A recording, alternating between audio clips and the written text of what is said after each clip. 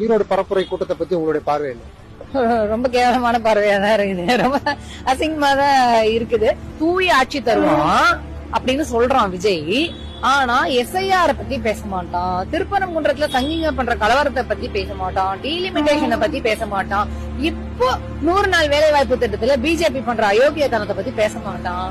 BJP ரிசர்வேஷனுக்கு எதிராக செயல்படுது, மாநில நிதி பகிர்வுக்கு எதிராக செயல்படுது, மாநில உரிமைக்கு எதிராக செயல்படுது, மாநில மொழிக்கு எதிராக செயல்படுது. இத பத்தி எல்லாம் கண்டிக்காம பங்களாக்குள்ள பூந்துன்னு உட்காந்துன்னு இருப்பான். இவன் தூய அரசியல் தருவான்னு நான் நம்பணுமா?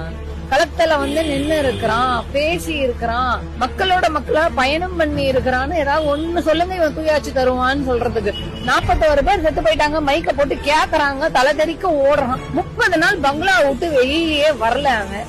இப்ப இவன் தூயாட்சி தருவானாமா? சார், இல்லாதது ஏதாவது ஒண்ணு சொல்ல சொல்லுங்க சார். இது வரைக்கும் பண்ணாதது ஏதாவது சொல்ல சொல்லுங்க சார். பல பிரச்சனைக்கு வாயே திறக்க மாட்டேங்கிறான். இருக்கிற திட்டத்தையே நான் திருப்பி செய்வேன்றான். இவன் தூயாட்சி தருவாங்கிறதுக்கு ஏதாவது ஒரு சொல்லுங்க ப்ளீஸ். நானுமே கேக்குறேன். ஒரு கல்ட்டு கும்பல உருவாக்கிட்டு இருக்கான் சார். அந்த கட்சியில இருக்கவங்க போய் கொள்கை என்னன்னு கேளுங்க. விஜய சிஎம் ஆக்குறதுன்றீங்க. உங்க கட்சியோட கொள்கை என்னன்னு கேட்டா சொல்ல தரல. ஏன்னா அவன் சொல்லல, அவன் இது வரைக்கும் பேசல. அவன் என்னைக்காதான் அவனுடைய கொள்கையை பத்தி விரிவா பேசியிருக்கானா? அவன் எதுக்கு மேட போடுறான்? மைக்க புச்ச திமுகவை 4 பேருக்கு திட்டிட்டு பங்களாக்குள்ள போய் உட்காந்து தனக்கு ரசிகர்களா இருக்கக்கூடியவர்களையும் ஒருங்கிணைத்து அதன் மூலியமாக ஓட்டு பொறுக்க முடியுமான்னு பார்க்கக்கூடிய ஒரு அதிகார பசி நிறைந்த ஒரு சைக்கோபாத்து தான் விஜய். இல்ல, நீ என்ன அரசியல் பண்ண வந்திருக்கன்னு நான் கேக்குறேன். திமுக வெறுப்பு தான் இங்க காலமா திமுக உருவானதுல இருந்தே பார்ப்பனியம் விதைச்சுக்கிட்டு இருக்கு. அதே தானே நீயும் கையில எடுக்கிற, அதே வாந்தியா தானே நீயும் நக்கறன்னு நான் கேக்குறேன். சார், இவன் எதுவும் சார் அந்த 10 நிமிஷம் வரான் சார், எழுதி கொடுத்ததா படிக்கிறான் சார், போயிடுறான் சார்.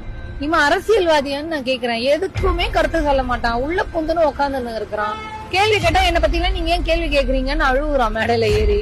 என்ன ஏன் கேக்குறீங்க, நான் இப்படிதான் பேசுவேங்க.